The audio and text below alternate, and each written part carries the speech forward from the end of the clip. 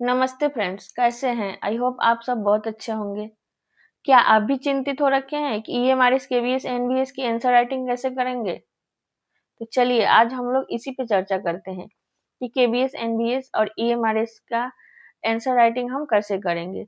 तो फ्रेंड्स, जैसे कि आप सभी को पता है कि ईएमआरएस में हमारा आंसर राइटिंग 60 नंबर का आएगा, लेकिन केवीएस, एनबीएस में आंसर राइटिंग 40 नंबर का आएगा। केवीएस और एनबीएस में 60 नंबर का ऑब्जेक्टिव आएगा और 40 नंबर का हमारा आंसर राइटिंग आएगा, जिसमें कि हमारा एक क्वेश्चन 4 नंबर का होगा और हमें 10 क्वेश्चन का आंसर देना होगा। ये हमारा केवीएस का सिलेबस है।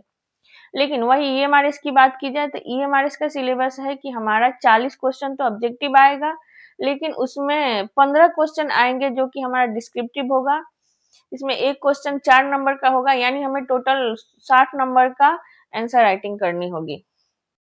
तो चलिए अब हम देखते हैं कि हमारा प्रश्न किस तरह से आएगा और हम उसका आंसर किस तरह से लिखेंगे।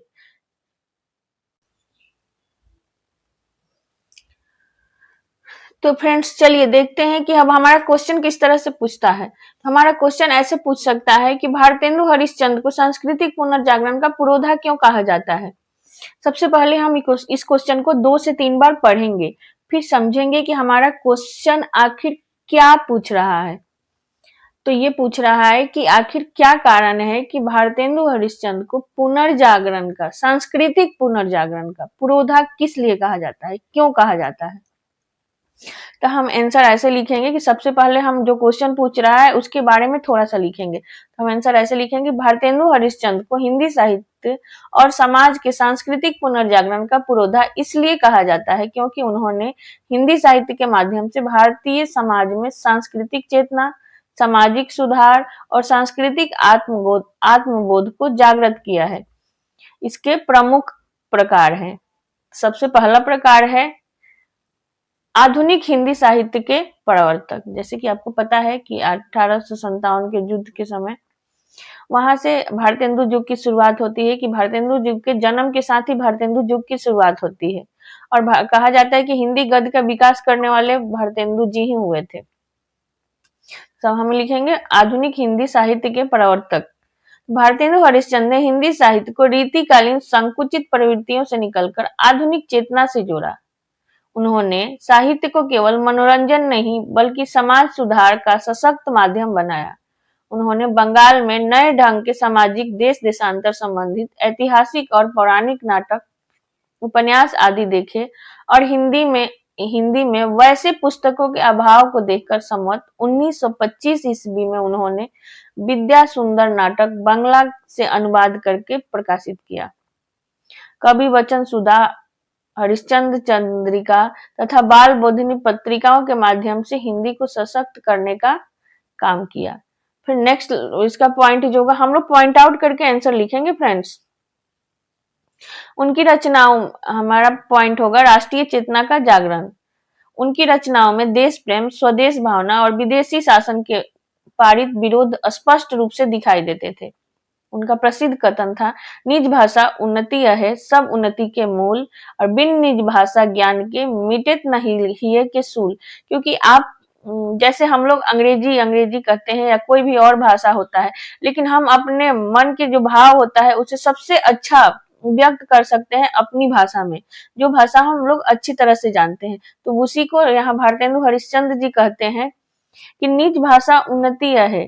चाहे आप किसी भी निज भाषा, जब तक आपके अपने निज भाषा को नहीं जानेंगे तब तक आपके उन्नति अर्थात आपका विकास नहीं हो सकता। क्योंकि सब उन्नति के मूल, यानी सब सारी उन्नति का मूल जो है हमारा निज भाषा यानी हमारी हिंदी है।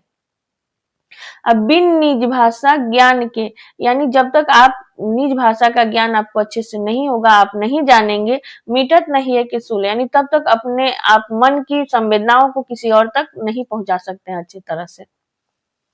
वही यहाँ पे कहते हैं कि भारतीय भाषाओं और संस्कृति के पारित आत्मगौरव को प्रकट करता है।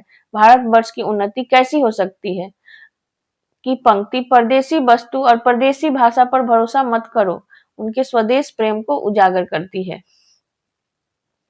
अगला पॉइंट हम लिखेंगे सामाजिक कुरीतियों पर प्रहार।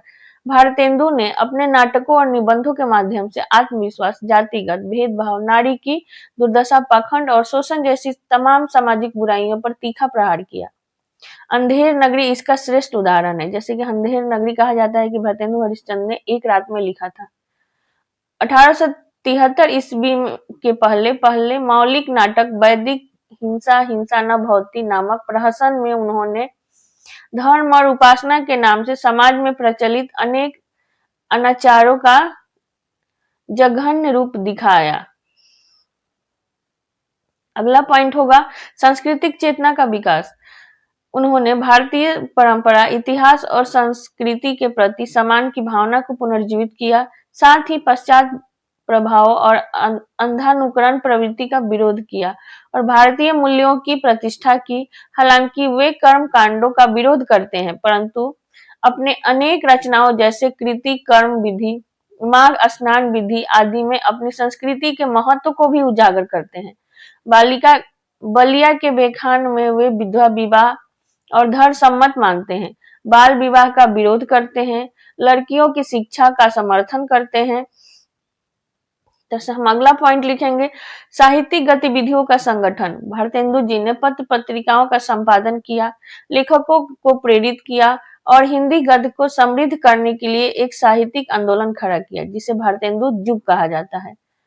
अगला और लास्ट पॉइंट लिखेंगे, क्योंकि हम मैक्सिमम 200 से 250 शब्दों में याद करेंगे। तो फ्रेंड्स, एग्जाम में हम लोग इतना प्रेशर रहता है कि हम 200 से 250 जो शब्द होते हैं वो हमारे 150 से 170 तक बच जाएंगे, बाकी अपने आप ही निकल जाते हैं, वो हमें निकालने की जरूरत नहीं पड़ती है। वे कवि, नाटककार, निबंधकार, पत्रकार और समाज सुधारक थे। उनकी रचनाओं में युग बोध और सांस्कृतिक चेतना का स्पष्ट स्वरूप दिखाई देता है।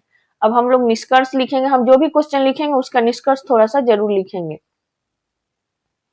अब हमारा निष्कर्ष होगा, भारतेंदु हरिश्चंद्र ने साहित्य के माध्यम से भारतीय समाज को आत्मचिंतन, आत्मगौरव और परिवर्तन की दिशा दी। उनके प्रयासों से हिंदी गद्य को एक नई पहचान मिली। इसी कारण उन्हें सांस्कृतिक पुनर्जागरण का पुरोधा कहा जाता है। फ्रेंड्स, आप समझ गए होंगे कि हम आंसर राइटिंग कैसे करेंगे डिस्क्रिप्टिव में। यहाँ हमने 200 से 250 वर्ड लिखने का कोशिश किया है और आप इसी तरह से आप आंसर को लिखने का कोशिश करेंगे और इसी आंसर को आप अपने भाषा में लिख करके देखेंगे कि आप किस तरह से लिख रहे हैं। और यदि आप हमसे दिखाना चाहते हैं तो आप हमारा व्हाट्सएप नंबर डिस्क्रिप्शन में दिया हुआ है, आप वहां पे हमारे व्हाट्सएप नंबर पे व्हाट्सएप करके अपना आंसर राइटिंग भेज सकते हैं। Thank you friends. और हम फ्रेंड्स, इसी तरह से और भी क्लासेस देखने के लिए आप हमारे चैनल सरिता अमित ऑनलाइन क्लासेस को सब्सक्राइब कर सकते हैं। वहां पे हम लोग और भी प्रैक्टिस कर रहे हैं और हिंदी साहित्य के इतिहास को शुरू से पढ़ रहे हैं। अब हमारा कोशिश यही है कि हम EMRS, KBS और NBS का पूरा कोर्स जो है वो फ्री में आपको यूट्यूब पे करवाएं। तो जो बच्चे EMRS की तैयारी कर रहे हैं उन तक हमारे वीडियो को भेजें और आप भी चैनल को लाइक करें और सब्सक्राइब करें। Thank you.